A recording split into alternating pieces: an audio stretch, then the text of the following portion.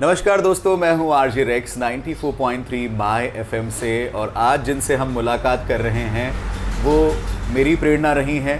मैंने भी इनके इंस्टीट्यूट से पढ़ाई की है और आज भी दुनिया भर में कई लोगों को इंस्पायर कर रही हैं। The one and only doctor Swati Lodha साहिबा, एक लेखिका, एक माँ, एक पत्नी, नारी का एक ऐसा रूप जो नो डाउट सभी को इंस्पायर कर रहा है। स्वाति जी, बहुत बहुत शुक्रिया।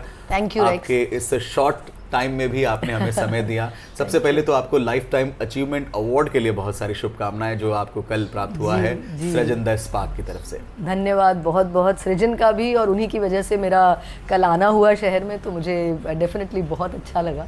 ये तो आप ही का शहर है। डेफिनेटली वो तो अपनी जड़ों से जो जुड़ाव रखने वाली बात है, तो उसमें मुझे ऐसा लगता है कि शैलेश और मैं हमेशा ऐसा सोचते हैं कि मारवाड़ की धरती से हमारा जो लगाव है वो कभी कम नहीं हो सकता जी। और कहीं भी रहें तो जोधपुर, परिवार, दोस्त सब साथ चलते हैं। मैम, कई बार ऐसा होता है ना कि इंसान सोचता है कि उसका एक ड्रीम है, उसे पूरा करना है, पर मैं आपकी जर्नी को जब देखता हूँ तो मुझे ऐसा लगता है कि आपने तो बहुत सारे सपनों को संजोया है। आपने एक एग्जाम्पल सेट किया है कि जहाँ चाह है वहाँ राह है। तो थोड़ा सा ब्रीफ में हमारे जो व्यूवर्स हैं, जो हमें देख रहे हैं, उन्हें थोड़ा सा बताइए ना, कहाँ से जर्नी शुरू हुई और आगे कहाँ बढ़ रही है। तो रेक्स, ऐसा है कि जर्नी मेरी डेफिनेटली मारवाड़ से शुरू हुई। मेरा जन्म जोधपुर में हुआ, लेकिन मैं बड़ी हुई बाड़मेर में। बाड़मेर, जहाँ मेरे पिताजी उस वक्त डॉक्टर थे, तो गवर्नमेंट हॉस्पिटल में कार्यरत थे। तो 16 साल मैं बाड़मेर में रही, जहाँ पूरा स्कूलिंग मेरा वहाँ हुआ। उसके बाद कॉलेज, पीएचडी सब यहाँ हुआ। शादी यहाँ हुई। एज एन एंटरप्रेन्योर मेरी शुरुआत यहाँ हुई, जहाँ मैंने स्वैश शुरू किया। तो जो आप कह रहे हैं कि जहाँ चाह वहाँ रहा, वो तो बचपन से किया, क्योंकि बाड़मेर जैसी छोटी सी जगह में बहुत सारी चीज़ें नहीं थी, लेकिन हमको कभी ऐसा नहीं लगा कि भाई ये अभाव है, क्योंकि हमको हमेशा ऐसा लगता रहा कि जो मिल गया उसी को मुकद्दर समझ लिया और उसी में से हम अपनी चीज़ निकालते चले गए। लेकिन कभी भी ऐसा नहीं लगा कि कोई चीज़ हम मिस कर रहे हैं। तो हमेशा रास्ता बनता चला गया, क्योंकि हम हमेशा तैयार थे कि कुछ ना कुछ तो कर ही लेंगे। इसलिए जोधपुर से शुरुआत हुई और उसके बाद मैं कुछ समय गुड़गांव में as chief incubation officer MDI Gurgaon के साथ मेरा छोटा एसोसिएशन था। फिर मुंबई में प्रोफेशनली, पर्सनली, सोशली सब तरह से काम करते रहे, अभी तक कर रहे हैं। तो फ़िलहाल मैं किताबें लिख रही हूँ, तो हर साल कोशिश करती हूँ कि लगभग एक किताब नहीं आ जाए। अरे वाह। तो डेफिनेटली ये कोई क्वांटिटी का मामला नहीं है, लेकिन हाँ, मुझे लिखना मेरे लिए थेरेपी की तरह काम करता है, तो मैं बराबर लिखती हूँ और उसके लिए बहुत पढ़ना पड़ता है, तो डेफिनेटली पढ़ती भी काफ़ी हूँ। और साथ में वहाँ एमईटी इंस्टीट्यूट ऑफ मैनेजमेंट है, उसकी डायरेक्टर हूँ अभी। तो मैनेजमेंट स्टूडेंट्स के साथ लगातार जो काम है वो चल रहा है। और जर्नी आगे कहाँ जाएगी, वो ऐसा है कि मैं बहुत ज़्यादा प्लानिंग में विश्वास नहीं करती। मैं बहुत प्रेजेंट में रहती हूँ। पास्ट और फ्यूचर दोनों में ही रहना मुझे थोड़ा कम पसंद है, तो मैं बहुत प्रेजेंट में रहती हूँ। तो प्रेजेंट में सब मुझे लग रहा है कि मैं शॉर्ट टर्म गोल्स बनाती हूँ और उनको फॉलो करती हूँ, और आगे के लिए हमेशा माइंड ऐसा खुला रहता है कि कोई भी नई अपॉर्चुनिटी आएगी जो अभी जो मैं कर रही हूँ उससे बिल्कुल अलग हो, तो मैं उसके लिए तैयार हूँ। तो बहुत लॉन्ग टर्म प्लानिंग में मेरा विश्वास थोड़ा सा कम रहता है। मैं ये कोशिश करती हूँ कि प्रेजेंट जो है उसे पूरी तरह से जिया जाए। मतलब मैं अगर यहाँ हूँ तो मैं पूरी तरह यहाँ हूँ। बिल्कुल ऐसा। यानी कि आप देखिए, इस छोटी सी बात में भी मैम ने 3 ऐसी बातें बताई जो हमें समझने चाहिए कि एक तो आप कहाँ से बिलोंग करते हैं, किस छोटे शहर से आए हैं, उससे कोई फ़र्क नहीं पड़ता। जो हमारे जहन में कई बार हमें रहता है कि हम तो यहाँ से बिलोंग करते, कैसे हमें मुकाम मिलेगा, आपके सामने साक्षात उदाहरण मौजूद है। दूसरा, पास्ट और फ्यूचर के बारे में ना सोचकर प्रेजेंट को अगर जिया जाए तो किस तरह से उपलब्धियां प्राप्त होती हैं, उसका एक बेहतरीन उदाहरण है डॉक्टर स्वाति लोढ़ा जी। आपकी बुक्स जो हैं अमेज़ॉन पर भी बेस्ट सेलर रही हैं। मैं रिक्वेस्ट करूंगा कि आप जब भी समय मिले तो आप स्वाति मैम की जो किताबें हैं उन्हें ज़रूर पढ़िएगा। मैम, हमेशा हम सुनते हैं कि किताबें पढ़नी चाहिए जी, किताबें पढ़ने से नॉलेज बढ़ता है, पर किताबें लिखना तो बहुत जबरदस्त टास्क होता है। इसके लिए कहाँ से प्रेरणा मिली आपको? अब ये अपने आप ही ऐसा होता चला गया। देखिए, मेरी पहली कविताओं की किताब आई थी जब मैं 12वीं में थी। 17 साल की थी उस वक्त, और उस वक्त मेरी पहली किताब आई थी। और उसका श्रेय मेरे पेरेंट्स को जाता है कि मैं जो लिखती थी उनको लगा कि इसको संभाल के रखना चाहिए। मैंने लिखना शुरू किया लगभग जब मैं 4th में पढ़ती थी। तो उस वक्त जो लिखती थी मुझे खुद भी पता नहीं था कि ये कुछ काम का है, लेकिन मेरी माँ सब कुछ संभाल के रखती थी। 10वीं में एक ऐसी घटना मेरे साथ हुई कि मैं 10th बोर्ड एग्ज़ाम में फ़ेल हो गई थी। क्योंकि वो पहला साल था जब कंप्यूटराइज्ड सिस्टम शुरू हुआ था मार्कशीट्स का। तो मेरी जो मार्कशीट थी उसमें मेरे हिंदी में 100 में से 18 अंक आए। तो डेफिनेटली मार्कशीट के हिसाब से मैं फ़ेल हो गई। तो वो 4-4.5 महीने का ऐसा समय था जब मेरा रीवैल्यूएशन का रिज़ल्ट नहीं आया, सप्लीमेंट्री का रिज़ल्ट आया, और मैं सप्लीमेंट्री में 75 अंक लेकर पास हो गई। लेकिन आप सोचिए कि मैं हमेशा से स्कूल में टॉप करती रही थी, और जब 10वीं कक्षा का समय आया और मैं ऐसे फेल हुई तो मुझे बहुत कुछ उन 4 महीनों में एक्सपीरियंस करने को मिला। इसलिए क्योंकि लोगों का जो व्यवहार है वो देखा, अपनी सेल्फ वर्थ को महसूस किया, और उन 4 महीनों में मैंने इतनी सारी कविताएं लिख डाली कि पूरी एक किताब बन गई, और वो किताब 12वीं में छप गई। तो जब उस वक्त लिखना जो मेरा शुरू हुआ, मुझे कहीं लगा कि मैं ऐसा कर सकती हूँ, और मैं लगातार वो करती रही। मैंने कभी क्रिएटिव राइटिंग सीखा नहीं है, न कभी अंग्रेज़ी बोलना भी खुद सीखा, क्योंकि आपको पता है मैं बाड़मेर में पढ़ी, तो वहाँ डेफिनेटली केंद्रीय विद्यालय की स्टूडेंट रही, लेकिन केंद्रीय विद्यालय में भी टीचर्स नहीं होते थे, तो ऐसा नहीं है कि किसी ने सिखाया, वो भी खुद सीखा। उसके बाद मैंने लगभग 5000 से ज़्यादा बच्चों को अंग्रेज़ी बोलना सिखाया। उसका एक उदाहरण आप यहाँ है। तो जब ये सब किया तो खुद ही करती चली गई, और मुझे लगा कि कहीं ना कहीं से रास्ता बनता गया। तो मैं पहले हिंदी में लिखती थी, फिर मैंने अंग्रेज़ी में कविताएं लिखी, उसके बाद मैंने अंग्रेज़ी में प्रोज़ यानी कि किताबें जो नॉन फिक्शन बुक्स हैं वो लिखना शुरू किया। और आप ये समझिए कि पढ़ती रही, एक्सप्लोर करती रही और खुद लिखती रही, तो अपने आप रास्ता बनता गया। सबको लगता है कि थोड़ा मुश्किल काम है, लेकिन मुझे शायद अच्छा लगता है, तो मुझसे हो जाता है। और ईश्वर की, सरस्वती माँ की इतनी कृपा रहती है कि जो लिखती हूँ उससे किताबें बन जाती हैं, और पढ़ने वाले पसंद करते हैं, तो हम आगे से आगे लिखते रहते हैं। क्या बात है। मतलब बड़ी खुशी हुई मुझे अभी जब मेरी एक किताब, जो मैंने एक सोशल एंटरप्रेन्योर की बायोग्राफी लिखी, और उस किताब को जिस दिन हमने लॉन्च किया, उसी दिन लॉन्च पर जॉन इब्राहिम की टीम से कुछ लोग मिलने आए। उनको वो कहानी पसंद आई और तुरंत उन्होंने बुक राइट्स किताब के खरीद लिए। तो लगा कि हम जो लिख रहे हैं उसका काफ़ी बड़ा एक इम्पैक्ट भी हो सकता है।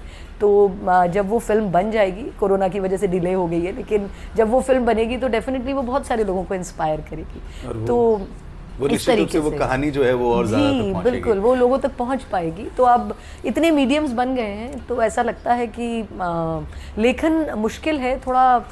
अकेले रहकर बहुत सारा काम करना पड़ता है, रिसर्च बहुत करनी पड़ती है, और एडिटिंग बड़ा तकलीफ़देह काम होता है। मतलब आप समझिए कि अगर मैं किसी किताब के लिए 1 लाख शब्द लिखती हूँ, तो जब वो किताब छपती है तो वो 30-40 हज़ार शब्दों पे सिमट जाती है। तो हम जितना लिखते हैं उसमें से 60% हमको वापस एडिट करना होता है। तो मुश्किल काम होता है। खुद का लिखा डिलीट करना, उसको हटा देना आसान नहीं होता। वहाँ पे बहुत सारे लेखक गड़बड़ भी कर जाते हैं, वहीं पे हम मात खा जाते हैं। लेकिन हाँ, आपको बिल्कुल डिटैच होकर लिखना पड़ता है कि लिखा है बट अब इसकी ज़रूरत नहीं है, तो इसको हटाओ। तो जैसे फिल्म्स बनाते हैं तब भी ऐसे ही होता है, हर क्रिएटिव मीडियम में ऐसा होता है। जैसे आपकी रचनाओं की मैं बात करूं, किताबों की बात करूं, हर रचनाकार की जो रचनाएं हैं वो प्रिय होती हैं, पर आपकी वो कौन सी किताबें हैं जो पाठकों को बहुत ज़्यादा पसंद आई? मेरी एक किताब जो पाठकों को सबसे ज़्यादा पसंद आई, वो किताब मैंने और मेरी बिटिया स्वरा ने साथ में लिखी, और वो किताब का शीर्षक है 54 रीजन्स व्हाई पेरेंट्स सक। तो ये दरअसल ऐसी किताब है जो बच्चों के नज़रिए से लिखी गई है कि बच्चों को अपने पेरेंट्स में क्या कमियां नज़र आती है, या बच्चे कैसे चाहते हैं कि उनके पेरेंट्स उनको समझें। तो टीनेजर्स के पर्सपेक्टिव से लिखी हुई किताब है और उस किताब को बहुत प्यार मिलता है, लोगों को बड़ी पसंद आती है क्योंकि बहुत हल्के फुल्के विटी अंदाज में लिखी गई है, तो वो मुझे बहुत पसंद है। फिर अभी मैंने एक और बायोग्राफी ख़त्म की है, वो अभी आना बाकी है मार्केट में, लेकिन मुझे लगता है अगले 2-3 महीनों में वो भी आ जाएगी। तो वो भी एक इंस्पायरिंग स्टोरी है, अ टेल ऑफ 3 ब्रदर्स। तो एक बड़ी एमएनसी की जो 3 भाइयों ने उसको शुरू किया है और उनकी पूरी कहानी है उसमें, तो वो पढ़ के भी आई एम श्योर कि सबको बहुत मज़ा आएगा। बहुत इंस्पायरिंग एंटरप्रेन्योरियल स्टोरी है। तो स्वरा ने भी इसमें आपके साथ किताब में हिस्सा लिया, तो क्या स्वरा को भी आप ही की तरह लिखने का शौक है? स्वरा दरअसल शैलेश जी और मेरे दोनों ही, हम दोनों के सारे शौक रखती है। वो गाती बहुत अच्छा है, उसको गाने का बड़ा शौक है, उसने क्लासिकल म्यूज़िक में बीए किया है, तो वो म्यूज़िक समझती है, गाती है, बजाती है। फिर उसको लिखने का भी मेरी तरह शौक है और उसमें सेंस ऑफ ह्यूमर भी बिल्कुल अपने पिताजी और अपने दादाजी की तरह है, तो डेफिनेटली वो बहुत अच्छा बोलती भी है। तो हमें कई बार लगता है कि पता नहीं शायद स्टैंड अप कॉमेडी ना करने लग जाए या सिंगर ना बन जाए या राइटर, तो डेफिनेटली वो है।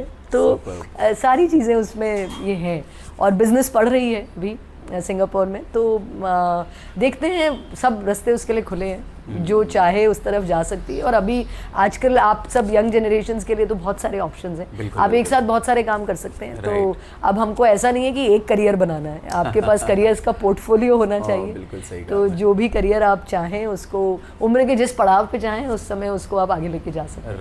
राइट।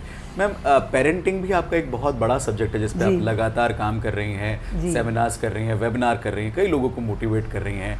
क्या एक छोटा संदेश आप हमारे व्यूअर्स को देना चाहेंगे जो इस समय हमें देख रहे हैं पेरेंटिंग के लिए? देखिए, मैं हमेशा कहती हूँ कि पेरेंटिंग जो है वो ऐसा नहीं है कि आप उसको बिना किसी तैयारी के हमेशा अच्छे से कर ही पाएँ, क्योंकि बहुत सारी चीज़ों के लिए हमें प्रिपेयर करना पड़ता है। पेरेंटिंग इतना इम्पॉर्टेंट है हमारी ज़िंदगी में कि उसके लिए भी हमको थोड़ी तैयारी करनी चाहिए। तो मेरा हर दर्शक को यही कहना है कि अगर आप माता पिता बनना चाहते हैं या अगर आप माता पिता हैं, तो सबसे ज़्यादा ज़रूरी ये है कि अपने दिमाग को इस चीज़ के लिए खुला रखें कि आपका जो भी बेटा या बेटी है, जो भी आपका बच्चा है, वो यूनिक है। उसको ऑब्ज़र्व करें कि वो किस तरीके का इंसान है। वो आपसे बहुत सिमिलर भी हो सकता है, वो आपसे बहुत अलग भी हो सकता है। तो उसको ऑब्ज़र्व करना और उसकी बात सुनना हमारे लिए सबसे ज़्यादा ज़रूरी है। वहीं से आपको पेरेंटिंग के बाकी सारे गुर मिलेंगे।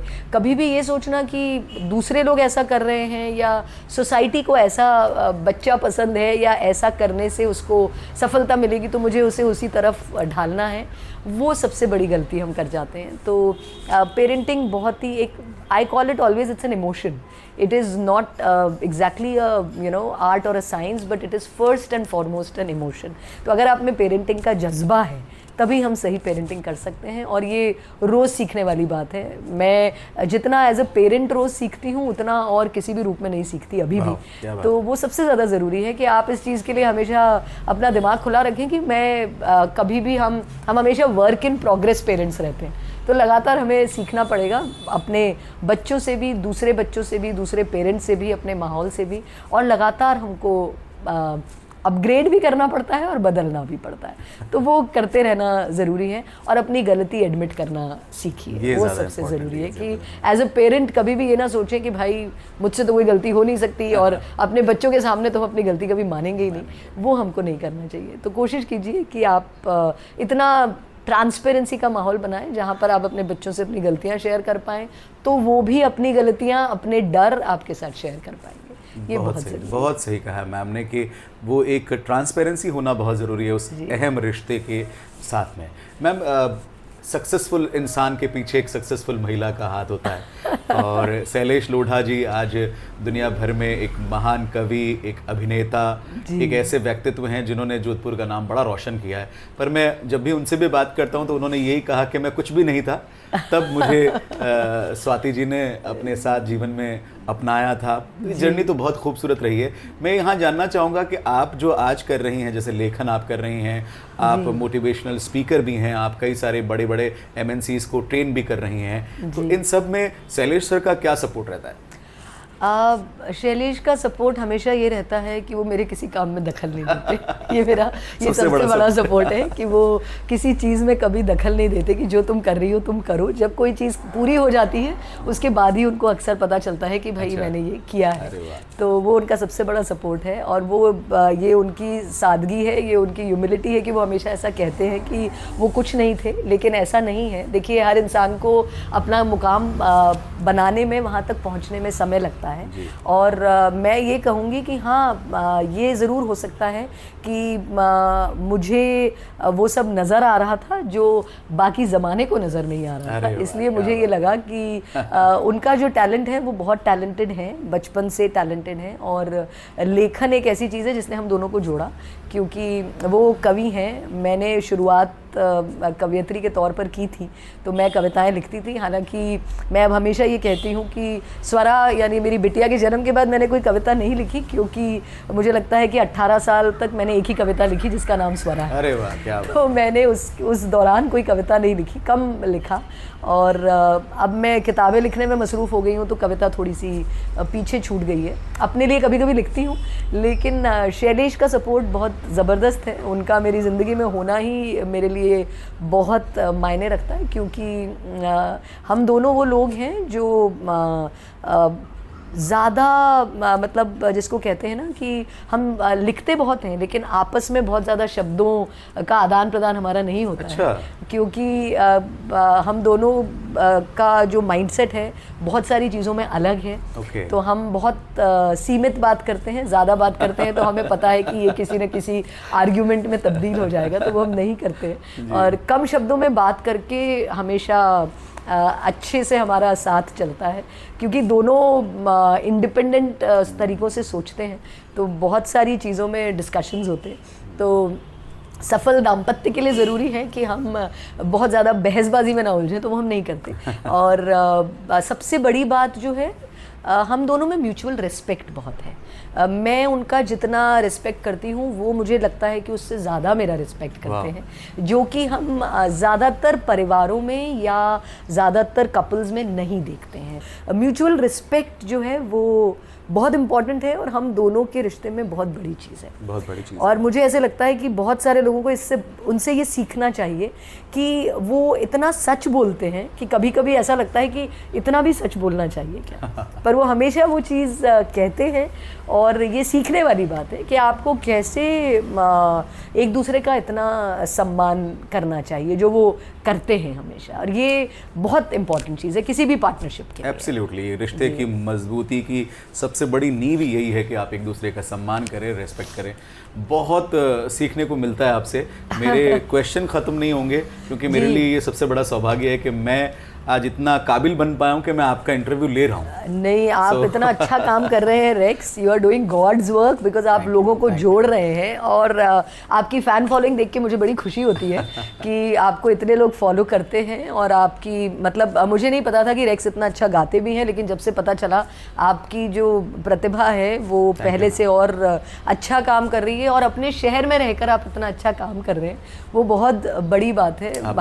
हम इतने साल इस शहर में काम करते रहे हैं। मैंने लगभग 15 साल का मेरा करियर यहीं बिताया है, तो मुझे पता है कि मैं उन दिनों को ना कभी भूलती हूँ, और स्वैश मुझे अभी भी बहुत याद आता है। और इतने सारे वो बच्चे हैं जो अभी भी मुझे तमाम जगहों पर मिलते हैं, कभी फेसबुक पर मिलते हैं, कभी मुंबई में आके अचानक कोई कहीं पाँव छूता है तो लगता है कि हाँ, हमने कुछ तो सही कहीं किया है। तो वो सब काम मैंने शहर में किए हैं, तो मुझे लगता है कि वो तो बहुत कमाल है। आपकी प्रेरणा के साथ साथ मैं यहाँ पर ये मेंशन करना चाहूँगा कि इस मुकाम पर भी मैम जो हैं अपने स्टूडेंट्स के मैसेजेस का रिप्लाई देती हैं तुरंत प्रभाव से, तुरंत देती हूँ हमेशा। ये जो चीज़ है ना मैम, ये भले ही बहुत छोटी कही जाएगी, पर मुझे ऐसा लगता है कि ये हमारे जैसे स्टूडेंट्स के लिए एक बहुत बड़ा मोटिवेशन है। आज मैं इतना खुश हूँ, मैंने कई सारी सेलिब्रिटीज के इंटरव्यू लिए, but today I am feeling very happy to sit in front of you and talking to you. देखो, मैं तो सेलिब्रिटी नहीं हूँ, मैं जोधपुर में रहने वाली बिल्कुल एक आम इंसान हूँ, हमेशा वही रहूँगी। सेलिब्रिटी शैलेश हो सकते हैं, मैं बिल्कुल सेलिब्रिटी नहीं हूँ, लेकिन ये बहुत अच्छा लगता है कि यहाँ पर इतना अच्छा काम आप जो कर रहे हो, तो हमें बहुत अच्छा लगता है। और डेफिनेटली कुछ भी हम जोधपुर के लिए करने को हमेशा तत्पर रहते हैं। तो यहाँ से या कहीं से भी किसी स्टूडेंट का मैसेज आ जाए तो मेरे लिए तो लगता है कि हाँ, आज दिन की अच्छी शुरुआत होगी। तो स्वैश के इतने बच्चे, अभी भी हमारा अपना एक ग्रुप भी है, आपको उस ग्रुप में जोड़ लूँगी मैं, तो आप और भी बहुत सारे बच्चों से बात कर पाएंगे। और अब तो वो बच्चे नहीं, सब बड़े हो गए हैं। उन सबके बच्चे जो हैं वो अब वो मुझसे अभी कहते हैं कि हमको स्वैश की तलाश है। तो इंशाअल्लाह कुछ करेंगे ऐसा ज़रूर, लेकिन स्टूडेंट से बढ़कर कुछ नहीं। तो उनसे बात करके, उनकी जर्नी देख के, उनको खुश देख के बड़ा अच्छा लगता है। Thank you so much Swati ma'am. कुछ जल्दी से मैं सवाल, क्योंकि पिटारा बहुत बड़ा है आपसे बात करने का, पूछो, तो मैं कुछ फास्ट एंड बिल्कुल वो कहते हैं ना, क्या कहते हैं, फास्ट एंड फ्यूरियस क्वेश्चंस जो हैं, आप रैपिड फायर करना चाहते हैं, कुछ ऐसा कुछ करते हैं। करिए। तो सबसे पहला सवाल जो है मेरा ये है कि लोग कहते हैं कि शादी के बाद कुछ नहीं होता, आपने शादी के बाद ही सारे कीर्तिमान बनाए, क्या है वो टिप? टिप ये है कि शादी आपको डिफाइन नहीं करती है, शादी आपके रास्ते का रोड़ा नहीं बन सकती अगर आप उसको नहीं बनने देंगे। तो मेरी शादी हुई, मैंने शादी की जब मैं 20 बरस की थी, तो तब तक तो कीर्तिमान बनाना थोड़ा जल्दी हो जाता ना। तो मैं सबको ये कहती हूँ कि मेरा पहला स्टार्टअप मेरी मैरिज है। ओके, तो उस स्टार्टअप का वैल्यूएशन लगातार इतने सालों में मैंने बढ़ाया है। तो ये समझ लीजिए कि शादी आप उसी व्यक्ति से करें जिससे आपको ये पता हो कि वो आपको बहुत सारे काम करने से कभी भी रोकेगा नहीं, उसके बजाय वो आपका सपोर्ट और म्यूचुअल ट्रस्ट का और रिस्पेक्ट का एक मतलब ज़रिया बनेगा।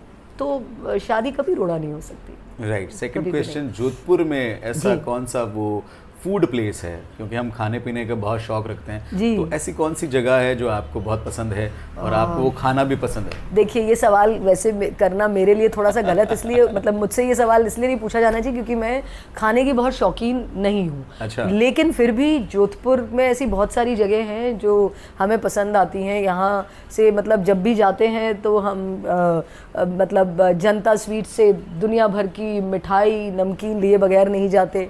और उसके अलावा मेरे बहुत सारे स्टूडेंट्स हैं जो मुझे हमेशा कहते हैं कि हम सब गुलाब जामुन स्नॉब्स हैं। जोधपुर में रहने वाले सब चतुर्भुज स्नॉब्स होते हैं, ऐसा कहते हैं। तो वो एक जगह है जहाँ जाए बगैर और वहाँ का गुलाब जामुन खाए बगैर हमारी जो जर्नी है वो पूरी नहीं होती। क्या बात तो है। और घर में अभी भी रोज़ मतलब देशी खाना ही बनता है पूरी तरह से, जो अपना जोधपुर का खाना है अपना, चाहे कैर सांगरी हो, चाहे पचकूटा हो, चाहे चक्की की सब्जी हो, तो ये सारी चीज़ें, दाल बाटी, सब कुछ जो जितना खाना है। और शैलेश तो जोधपुर का खाना मिल जाए तो वो कोई भी चीज़ भूल सकते हैं। तो आप समझ सकते हैं कि हम जोधपुर के खाने के कितने बड़े फ़ैन हैं। मैं पर्सनली बहुत ज़्यादा उस खाने की फ़ैन नहीं हूँ, लेकिन डेफिनेटली यहाँ का खाना मतलब हमारी पहचान है। वो जगह जोधपुर की जो आज भी आपके जहन में सबसे ख़ास है, स्पेशल है? जोधपुर की जगह हमारा MBA के दौरान जोधपुर के बाहर, हमारे कॉलेज के बाहर एक थड़ी होती थी। तो वो हमारी बड़ी मतलब एक ऐसी जगह थी जहाँ पे हम बहुत समय बिताते थे सारे दोस्त। ओल्ड कैंपस जो है अपना, ओल्ड कैंपस के बाहर एक फ़ोटोकॉपी की मशीन होती थी, वहाँ एक दुकान होती थी और वहाँ पे एक चाय की छोटी सी जगह थी। तो वहाँ पर हम MBA के दौरान बहुत समय वहाँ बिताते थे। तो वो जगह मुझे अभी भी, हम कभी भी वहाँ से निकलते हैं तो एक चक्कर लगा के ज़रूर आते हैं वहाँ का। और बाकी जोधपुर में तो ऐसी इतनी सारी जगह है, आप उमेद पैलेस से शुरू करें और अपने घर तक, तो अपने घर से बेहतर कुछ नहीं होता। तो मेरे जोधपुर में 2 घर हैं। तो मेरे माता पिता, मेरे सास ससुर यहाँ रहते हैं। तो जोधपुर में जब मेरे 2 घर हैं तो मुझे लगता है उससे बेहतर, उससे सर्वश्रेष्ठ जगह कोई जोधपुर में मेरे लिए हो नहीं सकती। जोधपुर के लिए कभी किताब लिखने का ख्याल? मैं ये अभी जिक्र करना नहीं चाहती क्योंकि थोड़ा सा जल्दी हो जाएगा, लेकिन हाँ, मैं एक किताब पर काम कर रही हूँ जिस किताब को हम मारवाड़िज़म जो है उस पर मैं एक किताब पर काम कर रही हूँ अभी, लेकिन थोड़ा जल्दी है बात करना, इसलिए मैं अभी नहीं कर रही। लेकिन हाँ, अगले 2 साल में आप ज़रूर एक ऐसी किताब पाएंगे जिसमें मैं, क्योंकि वो बहुत रिसर्च ड्रिवन प्रोजेक्ट है, तो हम उन सारे मारवाड़ी लोगों की लाइफ फिलॉसफी, उनकी चीज़ों पर एक किताब लिखने की मैं कोशिश कर रही हूँ, जिसमें जितने लोग मारवाड़ से निकले हैं और उन्होंने अपनी एक जगह बनाई है, चाहे किसी भी सेक्टर में बनाई हो, तो चाहे उन्होंने पैसा कमाया हो, पुण्य कमाया हो, प्रसिद्धि कमाई हो, लोगों का प्यार कमाया हो, उन सभी लोगों से हम ये समझना चाह रहे हैं कि मारवाड़िज्म ने उनकी ज़िंदगी में क्या रोल प्ले किया है। तो उस पर मैं एक किताब पर काम कर रही हूँ। तो वो किताब डेफिनेटली, मारवाड़ की जब हम बात कर रहे हैं तो वो किताब जोधपुर की और वो किताब जब लॉन्च होगी तो एक बार फिर हम स्वाति जी से डेफिनेटली आप सब मुझ पर ये आशीर्वाद और अपना विशेष बनाए रखें कि हम वो किताब जल्दी पूरी कर पाएँ। बहुत एम्बिशियस प्रोजेक्ट है और मैं प्रपोजल लिख रही हूँ अभी उसका, तो ईश्वर ने चाहा तो वो किताब जल्दी पूरी होगी और मुझे लगता है कि वो मेरे जीवन की सबसे अच्छी किताब वाओ, दैट्स ग्रेट। डेफिनेटली होगी, हमारी बहुत बहुत शुभकामनाएं उसके लिए। सोशल मीडिया पर हैं आप? सोशल मीडिया पर हूँ, बहुत ज़्यादा समय वहाँ नहीं बीतता है, लेकिन हाँ मैं लिंक्डइन पर ज़्यादा पोस्ट्स डालती हूँ, बाकी कहीं पर मैं बहुत एक्टिव नहीं हूँ। हाँ, इंस्टाग्राम मुझे समझ नहीं आता है क्योंकि वो शायद हम एक जनरेशन पीछे हैं, तो मुझे इंस्टाग्राम समझ नहीं आता, और फेसबुक पर भी मेरे को ज़्यादा कुछ ऐसा मिलता नहीं है, तो मैं वहाँ नहीं हूँ। लेकिन हाँ, लिंक्डइन पर मैं काफ़ी एक्टिव रहती हूँ क्योंकि प्रोफेशनली हमको बहुत सारे लोगों से जुड़ने का मौका मिल जाता है। So I am active on LinkedIn. Life की किसी परेशानी से ओवरकम करने का कोई ऐसा एडवाइस आपकी पर्सनल लाइफ से हमारे व्यूअर्स के लिए? सिर्फ 4 शब्द हैं जो मुझे हमेशा याद रहते हैं, और वो 4 शब्द हैं, दिस टू शैल पास। तो अच्छा हो या बुरा हो, जो भी चल रहा है, हमें हमेशा उस वक्त ये मानना चाहिए कि दिस टू शैल पास। अच्छा है तो भी गुजर जाएगा, और अगर कुछ आपके मन मुताबिक नहीं है तो भी गुजर जाएगा। तो उसको गुजरना तो हर हाल में है। अगर आपको ये ध्यान रहेगा तो मुझे नहीं लगता कि कोई भी समय आप अपना बैलेंस खोएंगे। तो जब कुछ बहुत अच्छा भी होता है तो भी मुझे पता है कि दिस टू शैल पास, और अगर कुछ हम जितना अच्छा चाहते हैं उतना नहीं भी होता तो भी मुझे पता है कि दिस टू शैल पास। तो अगर ये हमें याद रहे तो कोई भी चीज़ मुश्किल नहीं है। बहुत शानदार मैसेज है, और मैंने तो आज से अपना लिया, आप भी अपनी लाइफ में अपनाएं। तो ये हैं डॉक्टर स्वाति लोढ़ा, एक लेखिका, एक माँ और एक पत्नी। बहुत बहुत शुक्रिया Swati ma'am, thank you Rex, आपसे मिलकर, आपसे जानकर काफ़ी सारी चीज़ें। आपसे हमेशा कनेक्टेड रहना चाहता हूँ, आपका आशीर्वाद सदैव बना रहे हमेशा। आप स्टूडेंट हैं मेरे, और आप जोधपुर में अभी भी इतना अच्छा काम कर रहे हैं, तो मेरा मुझे तो बहुत अच्छा लगता है। मैं कई बार आपकी फेसबुक पोस्ट भी देखती हूँ, तो मुझे पता चलता रहता है कि क्या क्या जोधपुर में चल रहा है, तो बहुत अच्छा लगता है। Thank you ma'am, thank you so much. तो ये हैं डॉक्टर स्वाति लोढ़ा जी। आप इस इंटरव्यू को पूरा देखिए और जितना हो सके उतना शेयर कीजिए, क्योंकि इस पूरे इंटरव्यू में जीवन से कई सारी सीख आपको मिल सकती हैं और आप भी अपने जीवन में आगे बढ़ सकते हैं, जैसे स्वाति मैम ने अपना सफ़र कंप्लीट किया। हमारी बहुत सारी शुभकामनाएं मैम को, सर को और इनकी प्यारी बेटी स्वरा को। शुक्रिया, थैंक यू।